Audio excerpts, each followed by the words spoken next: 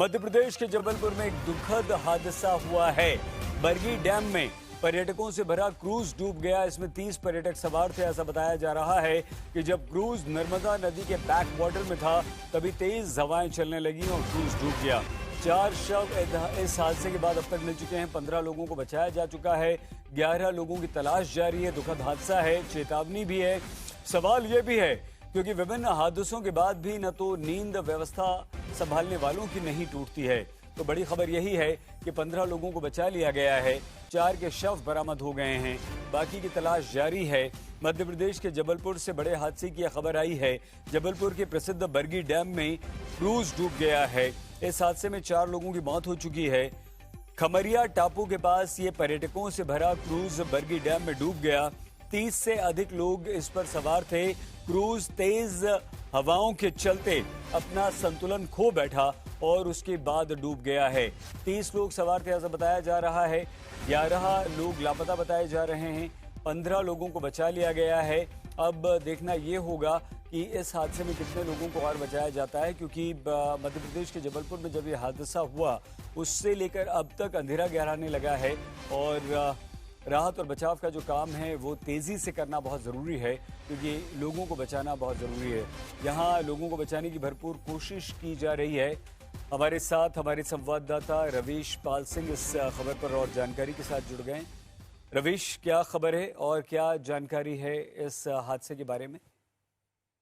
देखिए सईद जी, आपको बताएं कि ये जो हादसा हुआ है ये जबलपुर के पास जो मशहूर पर्यटक स्थल है बरगी डैम, वहां पर यह हादसा हुआ है।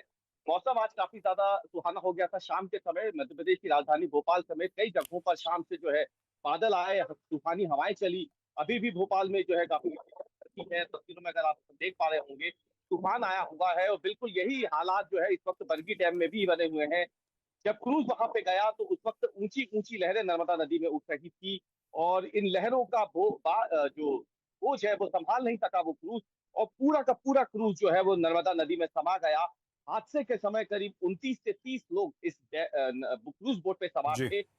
सकुशल तरीके से 15 लोग तो उसी वक्त निकल गए, क्योंकि पास ही में एक दूसरी नाव भी रवीश, तैनात थी जो किस तरह तुरंत से वहां लोगों पहुंच को, गई। जो बाकी पर्यटक हैं उन लोगों को किस तरह से बचाया जा रहा है? राहत और बचाव का काम कैसे चल रहा है? कौन लोग हैं, कौन सी सरकारी संस्थाएं हैं जो लोगों को बचाने में जुटी हैं अभी? देखिए, जहां तक हमें जानकारी मिल रही है उनके मुताबिक एमपी एसडीआरएफ जो है वो पहुंच चुकी है मौके पे। वो बचाव कार्य पे जुट गई है। दूसरी तरफ एनडीआरएफ की टीम जो है वो भी वहां रवाना हो गई है।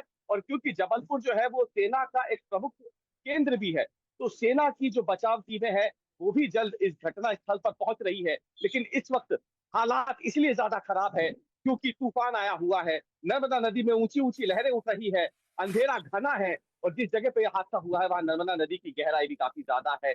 और इसलिए बिल्कुल। फिलहाल काफी चुनौतीपूर्ण होगा बचाव कर्मियों के लिए भी वहां पर इस बचाव कार्य को जल्द से जल्द अंजाम देकर के जो बचे हुए लापता लोग हैं उन्हें ढूंढने का। लेकिन फिलहाल तस्वीरें जो है वो भोपाल से लेकर के जबलपुर तक काफी ज्यादा हैरान करने वाली है। तूफान ठीक आया है हुआ है और इस वक्त पूरा इलाका जो है वो तेज हवाओं की चपेट में है।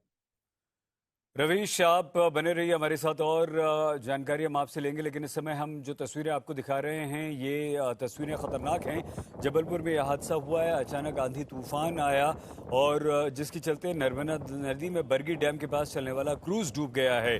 30 लोग इसमें सवार थे। 4 लोगों की मौत हो गई है। 15 लोगों का रेस्क्यू कर लिया गया है और कलेक्टर राघवेंद्र सिंह मौके पर मौजूद हैं।